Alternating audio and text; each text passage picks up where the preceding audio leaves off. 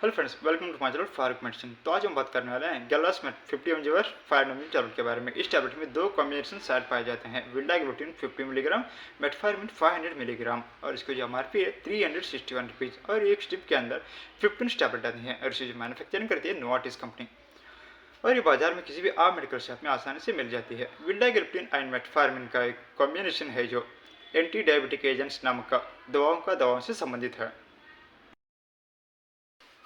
चलिए इसके यूज़ के बारे में जानते हैं। गैलास्मेट का यूज वयस्क रोगियों में 2 टाइप डायबिटीज़ जो इंसुलिन रेजिस्टेंट डायबिटीज़ मेलिटस के नाम से भी जाना जाता है, इसके इलाज में किया जाता है।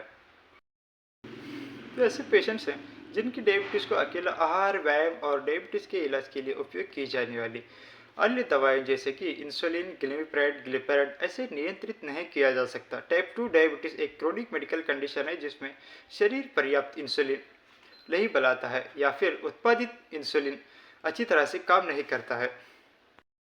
लक्षणों में अत्यधिक पेशाब, अत्यधिक प्यास, भूख, थकान और धुंधली दृष्टि शामिल है। ये दवा हर किसी के लिए उपयुक्त नहीं है, इसे लेने से पहले अपने डॉक्टर को बताना जरूरी है। अगर आपको किडनी, लीवर या फिर हृदय रोग है, आपके पैंक्रियाज में कोई समस्या है, कि यदि आप बहुत अधिक शराब पीते हैं। चलिए जानते हैं ये दवा कैसे काम करती है। गैलास्मेट 50 mg and 5 mg anti diabetic 2 diabetic दवाओं का मिश्रण है, मेटफॉर्मिन एंड विल्डाग्लूटिन। मेटफॉर्मिन एक डायबिटीज विरोधी दवा है, बाइकोलाइड है। ये लिवर में ग्लूकोज उत्पादन को कम करके अतुज ग्लूकोज अब्जॉर्प्शन में देरी करके और इंसुलिन के प्रति शरीर की सेंसिटिविटी को बढ़ाकर काम करता है। विल्डाग्लूटिन एक DPP-4 इनहिबिटर है जो पैंक्रियाज इंसुलिन के रिलीज को बढ़ाकर और ब्लड शुगर लेवल को बढ़ाने वाले हार्मोन को कम करने का काम करता है। इसे उपवास और भोजन के बाद दोनों में शुगर लेवल का कम हो जाता है, साथ में ब्लड शुगर लेवल को बेहतर नियंत्रण प्रदान करता है। उपयोग के लिए दिशा: अपने डॉक्टर निर्देश अनुसार गैलास्मेट को लें। इस दवा को भोजन के साथ या फिर उसके ठीक बाद लें। इस दवा को पूरा निगलें। इस दवा को कुचलें या फिर दबाएं नहीं। अपने डॉक्टर आपके उम्र, स्वास्थ्य स्थिति के आधार पर आपकी सही खुराक और अवधि तय करेंगे।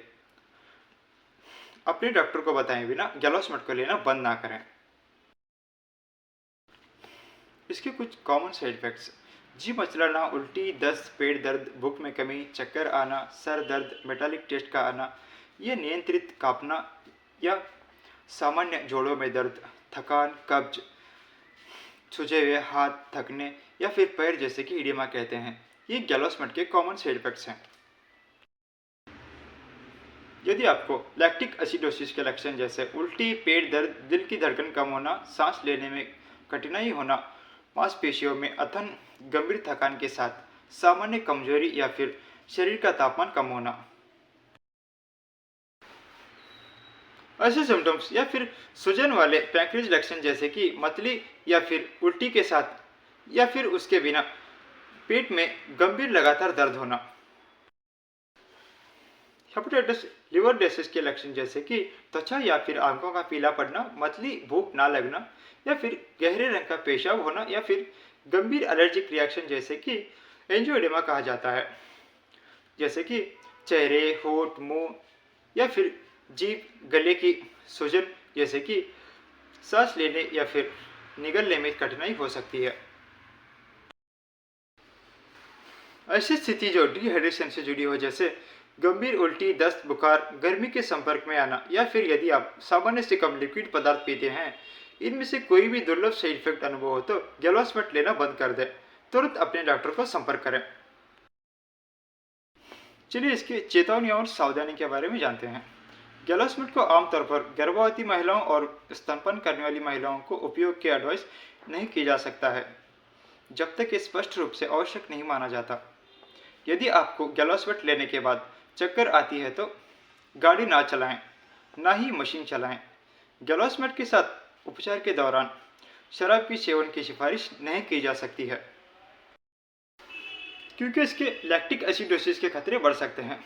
गंभीर रूप से लो किडनी फंक्शन और लीवर की बीमारी वाले रोगियों में गैलास्मेट को सिफारिश नहीं की जा सकती है। यदि आपको मेटफॉर्मिन या फिर विल्डाग्लिप्टिन से एलर्जी है तो गैलोस्मेट को ना लें।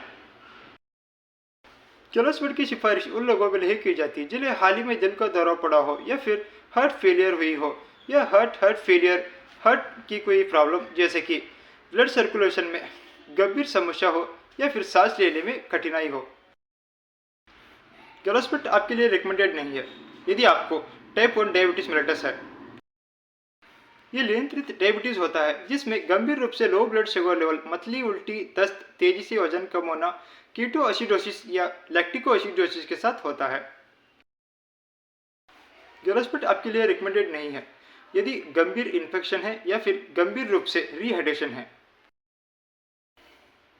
क्या आप एक कॉन्ट्रास्ट एक्सेल करने जा रहे हो जो एक विशिष्ट प्रकार का एक्सरे है जिसमें इंजेक्टेबल डाई शामिल करती है। सुरक्षा और प्रभावशीलता के कारण 18 वर्ष से कम उम्र वाले बच्चे और किशोरों में गैलोस्मेट की अनुशासन नहीं की जा सकती है। गैलोस्मेट का उपयोग 65 वर्षों से अधिक बुजुर्ग रोगियों में सावधानी के साथ किया जाना चाहिए, विशेष रूप से खराब किडनी फंक्शन वाले रोगियों में। आपके डॉक्टर आपकी किडनी की कार्यप्रणाली के आधार पर खुराक एडजस्ट करेंगे और आपकी किडनी की कार्यप्रणाली की नियमित रूप से निगरानी की जाएगी। परिचय: ग्लूकोकोर्टिकॉइड्स जैसे कि डेक्सामेथासोन, प्रेडनिसोलोन जो सूजन का इलाज करते हैं, बीटा 2 अगोनिस्ट जैसे कि अल्बिट्रॉल, टर्बिटोलिन जो श्वासीय संबंधी का इलाज करता है, थेरेटिक जैसे कि क्लोथालिडोन, हाइड्रोक्लोथाजिड जो कि मूत्र उत्पादन बढ़ाने के लिए प्रयुक्त किया जा सकता है,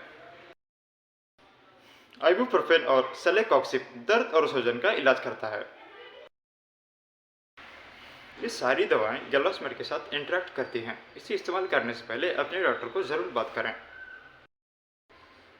ओवरडोज: यदि आप और कोई गैलोस्मेट की बहुत अधिक मात्रा लेते हैं तो तुरंत अपने डॉक्टर से एडवाइस लें। अधिकतम लाभ पाने के लिए आपको इसे नियमित रूप से हर दिन एक समय लेना चाहिए और जब तक आपके डॉक्टर आपको सलाह ना दें आपको इसे लेना बंद ना करना चाहिए। यह आपके ब्लड शुगर लेवल को नियंत्रित कर रहा है।